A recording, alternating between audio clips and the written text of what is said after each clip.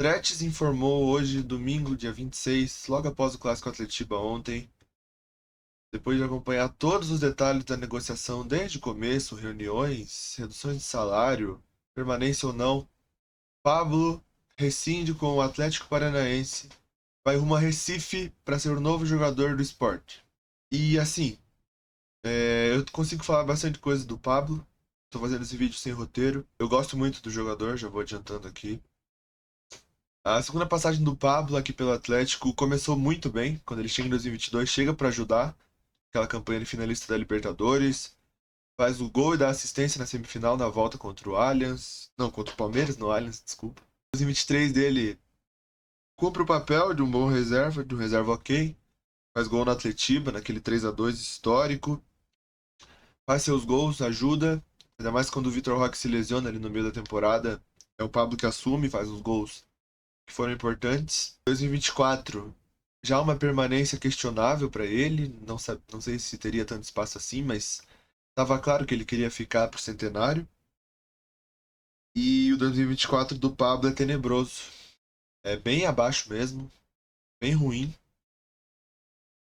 O Pablo já não, claro, a idade chegou, né? 32 anos, já não vai performar o que a gente viu em 2016, 17, 18, que para mim foram bons anos dele. 2018, um ano à parte que eu vou falar mais pra frente aqui no vídeo.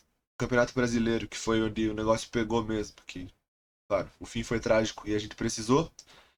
Ele ficou marcado por ser um dos nomes fortes do elenco em liderança, internamente, em vestiário.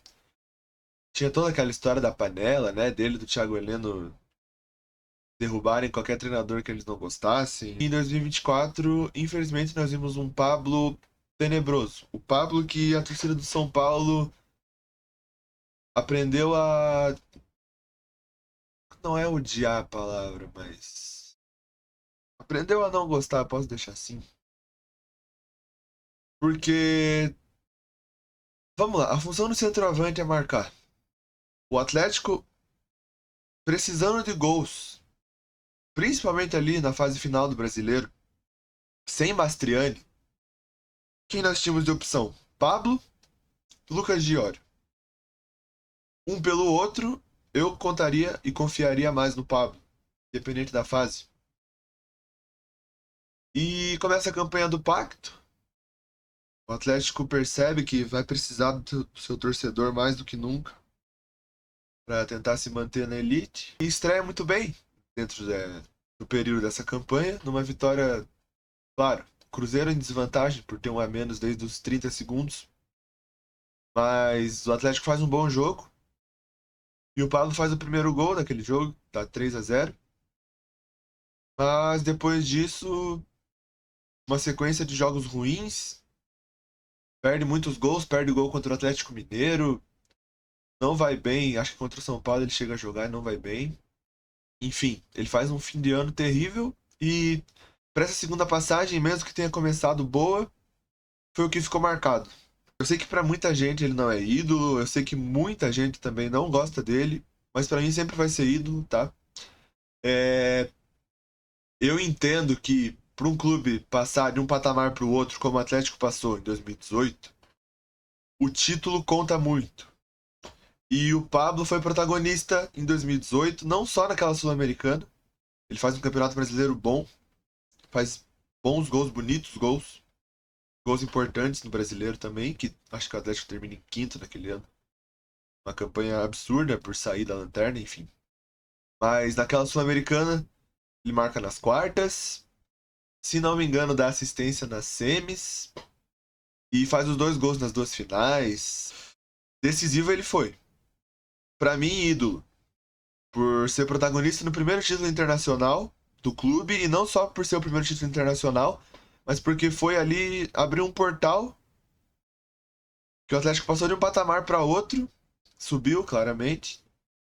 E aí conquista a Copa do Brasil já sem ele em 2019, faz um 2020 ok ali, 2021 escapa do rebaixamento, mas bate em duas finais, ganha a Sul-Americana, perde na Copa do Brasil, mas era um Atlético Mineiro muito acima também para, enfim. E 2022 ele volta, finalista da Libertadores, perdida por um detalhe, Então não tem como negar a importância dele no clube, na história, inclusive nessa segunda passagem, mas que é uma segunda passagem que vai infelizmente sempre ficar marcada pelo rebaixamento, que no fim das contas, pro torcedor, né, para quem pensa mais com a emoção do que com a razão, e isso não é um problema, não é um defeito, é natural do torcedor. Se o torcedor pensar com a razão ao invés da emoção, ele não é um torcedor. Aí passa a ser quem que gosta de assistir, analisar, enfim. Mas, querendo ou não, Pablo é ídolo no Atlético, sempre vai ser. A história não se apaga, pro bem e pro mal. Ganhou o Campeonato Paranaense 2023, de 2024. Deu aquela entrevista mais do que polêmica na final, que inclusive virou piada. Fevereiro. Não, não foi fevereiro, né? Foi em março. Foi março ou abril? Virou piada quando ele deu a entrevista. Virou piada quando a situação do Atlético começou a ficar desesperadora no Campeonato Brasileiro, já temendo o pior. E, obviamente, virou piada quando caiu. Aí o Pablo vai, né? O Pablo ele tem essa característica de querer ser o herói.